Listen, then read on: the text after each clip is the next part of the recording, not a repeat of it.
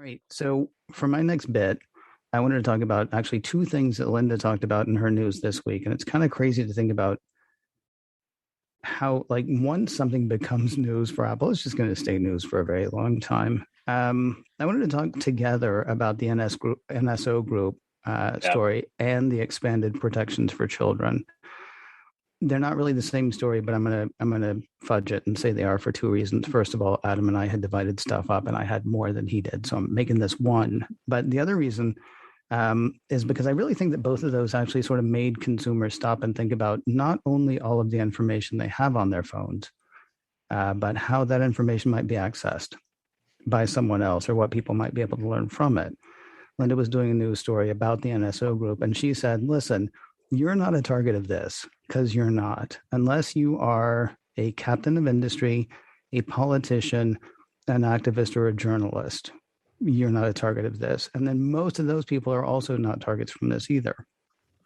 But NSO Group had a piece of software called Pegasus, and Pegasus is a zero-click bit of spyware. The user doesn't have to do anything, or the target rather doesn't have to do anything. It's always relied before on either having physical access to the phone or tricking that person into downloading something, clicking on a link, doing something like that. And now all of a sudden, you didn't have to do that.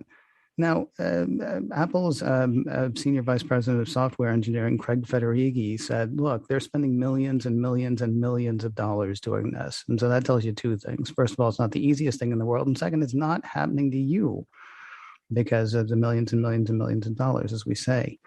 NSO Group says they would never sell to anybody who would do anything wrong. The problem is they're governments and they're selling to governments. And sometimes governments do things that we don't all like, including going after people who are protesting against the government or going after people who are reporting on the government. Sometimes members of a government have been going after other members of the government using Pegasus.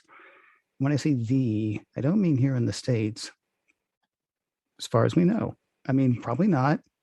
Certainly you'd like to think, but we don't really know. So Apple is suing an SO group to stop them from being able to do that and use it. They're not only trying to get them to stop using Pegasus, they're trying to get them to stop using any Apple software or hardware at all to make sure they just keep their mitts off of it. I kind of like the fact that when Apple, because they're not just suing to stop them, they're also suing for restitution, but they're going to take that restitution and give it to organizations that are researching and finding out this information. It's a bit disappointing to find out that it wasn't Apple that found out about Pegasus. It was Amnesty International, and I cannot remember the other organization, but there's a security side of Probably that.